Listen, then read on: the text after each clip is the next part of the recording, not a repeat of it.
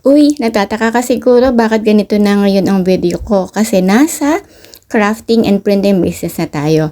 So guys, dahil malapit na ang Teacher's Day, dapat ang lola nyo, dapat maaga na siya makapag-produce ng mga samples para sa pre-orders natin.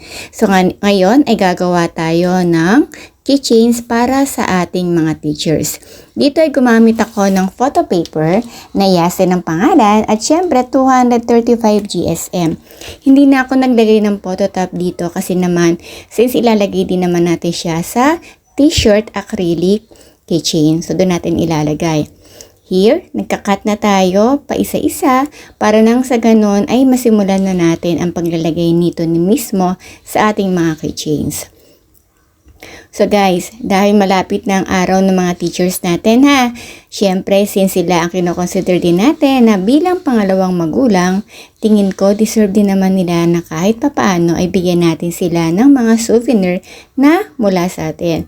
Simpleng souvenir pero talaga naman hindi tayo basta-basta makakalimutan ng ating mga teachers. Yan. So, ito, isa-isa na natin siyang kinakat. At the same time, titiklupin natin or ululupin natin to sa gitna. Tsaka natin ngayon ilalagay sa ating t-shirt keychain yan. So, ganyan ang format niyan. Alam niyo ba guys na super ganda ng ating keychain at talaga namang matagalan ito. Sigurado ako na kapag nakita ninyo ang mga photos nito, magugustuhan ninyo at kung ano yung gusto ninyong message para sa inyong teacher, yun ang pwede ninyong ibigay sa kanila. Ayan. So, mano-mano natin ilalagay yan sa ating t-shirt keychain. Doon natin yan ilalagay para sure tayo na maayos talaga siya.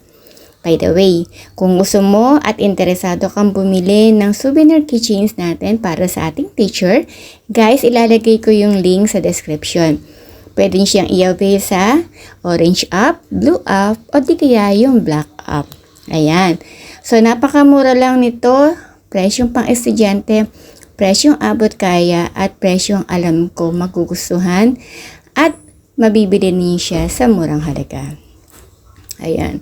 So, isa-isa na natin ilalagay ito sa keychains natin para mas maayos natin tingnan. Then, after natin ilagay yan sa ating keychain, guys, syempre, may mga backcard din yan or yung pinaka backdrop sa likod ng ating keychain. So, kung ano yung design ng keychain, yun din ang design ng backdrop natin. Ayan.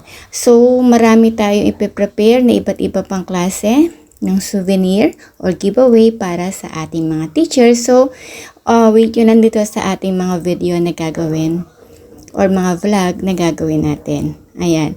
So, here guys, malapit na siya. Ayan. So, dito nakita nyo, yan na yung kanyang finished product. May backcard na siya. Meron na rin siyang plastic sa loob para siguradong hindi siya mababasa at madudumihan.